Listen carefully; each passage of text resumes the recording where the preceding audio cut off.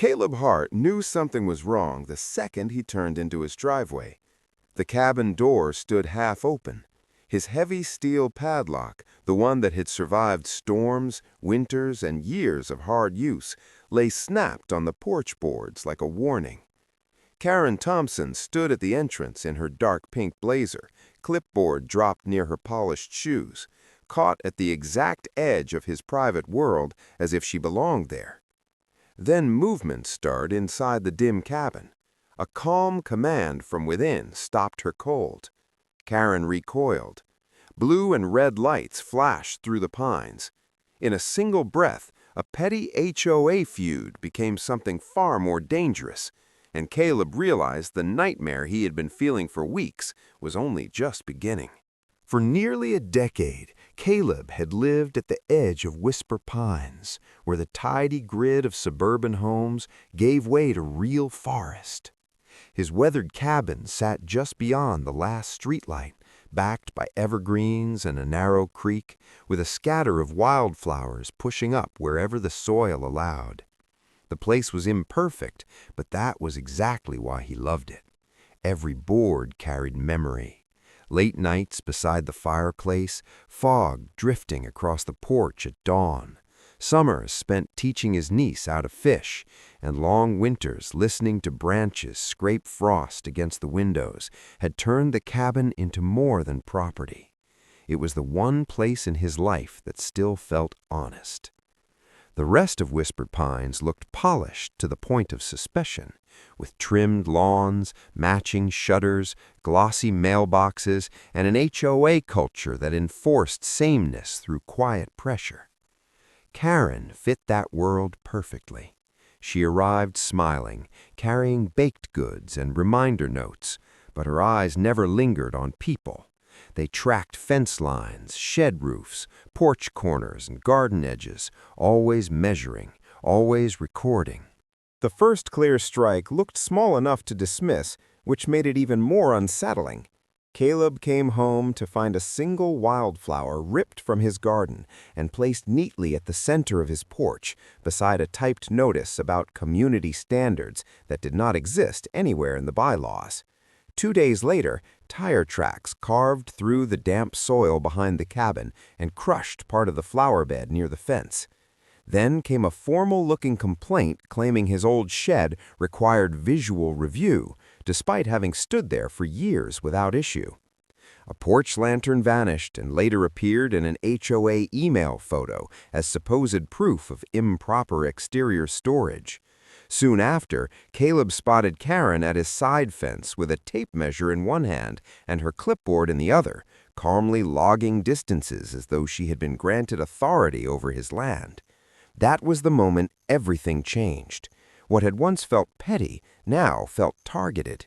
She was no longer criticizing from a distance. She was stepping into his space to see how much of it she could control.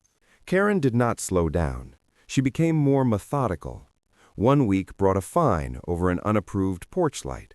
The next brought a warning about natural ground cover, as if wildflowers were a violation. Then came a complaint about a fire pit old enough to appear in the original listing photos. Packages shifted on Caleb's porch while he was away. His back gate was left open after he knew he had latched it. Security footage showed flashlight beams crossing his windows after midnight and a figure in a dark pink coat pausing beside the shed to peer through the slats.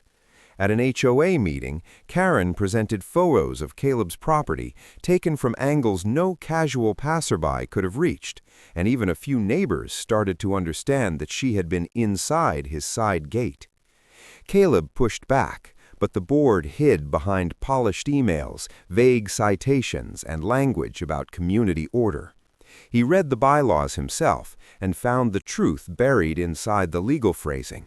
Inspections required notice, consent, and documented cause. Karen had none of that. The next night, another warning appeared under his door. The morning after that, fresh metal scratches glinted across the lock on his cabin. Thursday evening erased any remaining doubt. Caleb turned into the driveway just before dusk and saw Karen kneeling at the cabin door with a metal putting tool in hand, working with neat, practiced confidence. The lock gave way. She set the broken shackle aside, lifted her clipboard, and stepped inside as if she were performing routine business. Instinct told him to charge across the yard, but something colder and smarter held him back. He crouched behind the hedge and watched through the dusty window. Beyond Karen's silhouette, deeper inside the cabin, other light moved. Flashlight beams swept across the floorboards and loft wall in steady, controlled passes that did not belong to a nosy neighbor. Caleb backed away, recorded what he could, and made 2 calls, one to a property attorney and one to the police. Within hours, investigators reviewed his footage, the forged notices, the trespass pattern, and the strange camera angles aimed toward multiple homes. One frame even captured a figure watching from the tree line during an earlier incident. That image connected to a separate investigation already circling Karen's house. By dawn, with Caleb's consent, officers were inside the cabin, waiting. Karen returned sooner than anyone expected. Just after sunrise, she crossed the yard in the same dark pink blazer, carrying a fresh chain and her clipboard, moving with the crisp confidence of someone who believed she still controlled the story. She checked the street, slipped through the damaged entrance, and took only a few steps into the dim cabin before the shadows came alive. Officers in dark tactical uniforms marked police emerged from behind the table, the loft stairs, and the stone fireplace wall. Karen froze. Outside, marked police vehicles flooded the road and washed the pines in strobing light, while a second team moved on her house with a search warrant. Neighbors drifted onto their perfect lawns just in time to watch her authority collapse. Investigators uncovered unregistered firearms, hidden surveillance cameras aimed at nearby homes, forged HOA notices, and resident schedules disguised as compliance records. The woman who had ruled the block with smiles, stationery, and selective intimidation stood exposed in the very cabin she had tried to invade. In that instant, the balance of power shifted completely, and the fear she had spread through the neighborhood turned back on her. The aftermath changed Whisper Pines faster than Caleb thought possible. Karen's arrest did more than end one feud.